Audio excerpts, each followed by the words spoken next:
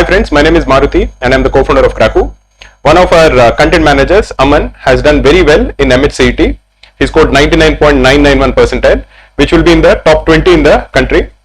I have conducted an interview with him just to understand how he has prepared for the examination, what was his mindset when he was attempting the examination, and I hope that this interview will be very useful for students who are preparing for MAH-CET. If you have any doubts you want to ask Aman, you can always comment below the video and we will answer all of those questions. And let's get started.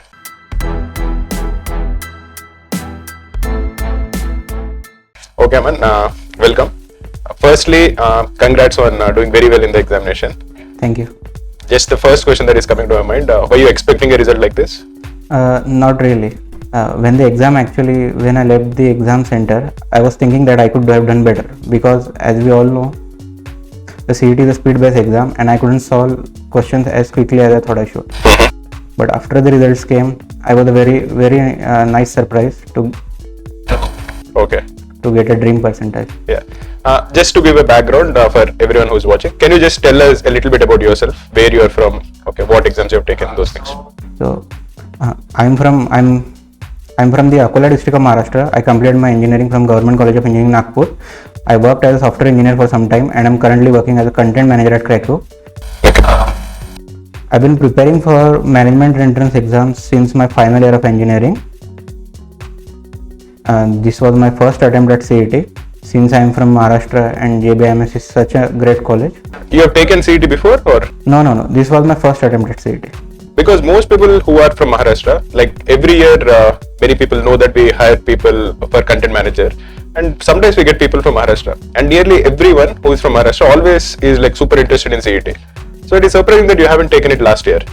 Yeah. So the first time I was preparing for CAT, I was focused on top IIMs. Okay. I wanted to be in IIM ABC. So CET was my backup plan. Okay. But that year I thought that getting a little bit of work experience would be better for me. But this time when the CET, the opportunity came, I thought to just try my luck at it. It wasn't a very serious attempt at it. I just wanted to know how the exam is, to get familiarized with it and to see how well I can do. So I think not having pressure also might have helped. Yes, some people who are very focused on CET, they might get a little bit pressurized during the examination. But for me, I was like, let's just see how it goes. And anyway, I will have the option of CAT. So basically, I know that many people who are super focused on CAT, on the day of the examination, like at least the night before, they don't fall asleep. They are like super nervous. Even while going to the examination, they are super nervous. Maybe if you are not taking this examination as seriously, you are going there with a very clear mind, with nothing to really lose. That might have helped. Okay. What is the pattern for CET? So CET's pattern is mostly similar to any other management entrance exam. There are 4 sections. One is quant and DI. Other is logical reasoning, which contains puzzles and such. One is verbal ability, where you will get RCs and grammar and all that. And the final section is analytical reasoning, which has figure-based reasoning. Okay. And what is the total number of questions? So there are a total of 200 questions in CET, and you get 2.5 hours to complete all those. Okay, that's less than a question per minute, right? But there's a difference between CAT and CET in the sense that there is no negative marking. Okay. You can attempt as many questions as you want and you don't have to worry about getting a negative score. So were you just going through the questions or were you coming back to the questions? Or what was your strategy when you were attempting to prepare? When you have 200 questions to cover in 2.5 hours, it doesn't really make sense to go back to the particular question, as you can waste valuable time which you can use to solve some other question. So my strategy was, since I was preparing for CAT, I was comfortable with most of the questions that appear in CET. So I just used a strategy like 50 questions per half an hour. Okay. So I started with it. I kept an eye on the clock and went through 50 questions per half an hour, leaving me half an hour to go back to some of the questions. Okay. 50 questions in half an hour is, I think, like 40 seconds per question. Were you able to read the question in that much time or? So one thing about CET is that there are a lot of questions that you can solve without even lifting the pen. Okay. So if you can can use the options, or if you know some trick to it, you can just read the question and mark it quickly.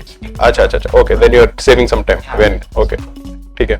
So, did you take any mocks? Did you check out any previous papers or? Yeah, so I was very unfamiliar with the pattern, to be honest. So, week before I familiarized myself with the entire pattern of it. Then I took a couple of mocks from Krakow. I did fairly well in those, scored around 140. So I was confident enough to get a decent score, but I didn't expect it. Okay. Did you take any of the other examinations last year other than CAT, like SNAP or CMAT or? No, not others. Last time I only took the CAT. Okay. Not even that? No. Okay.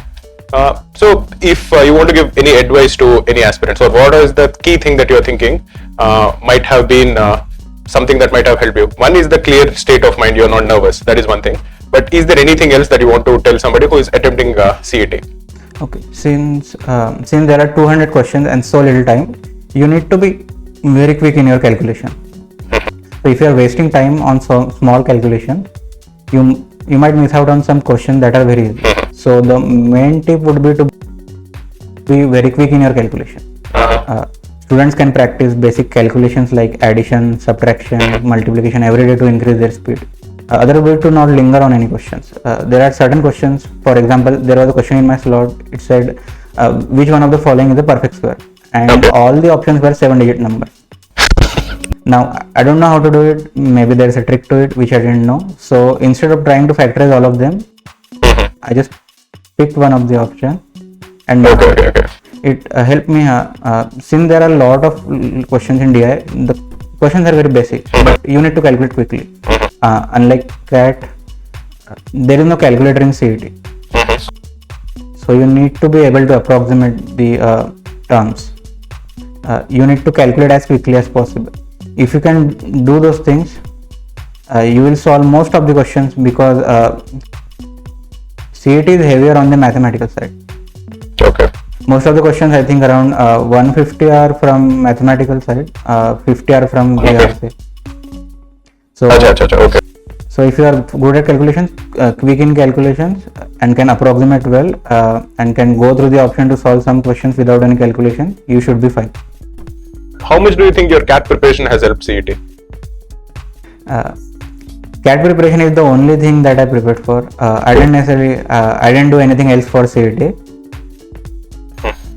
So because I was solving questions that were far more difficult than that appear in the CET, I was very comfortable with all the questions that came. Okay.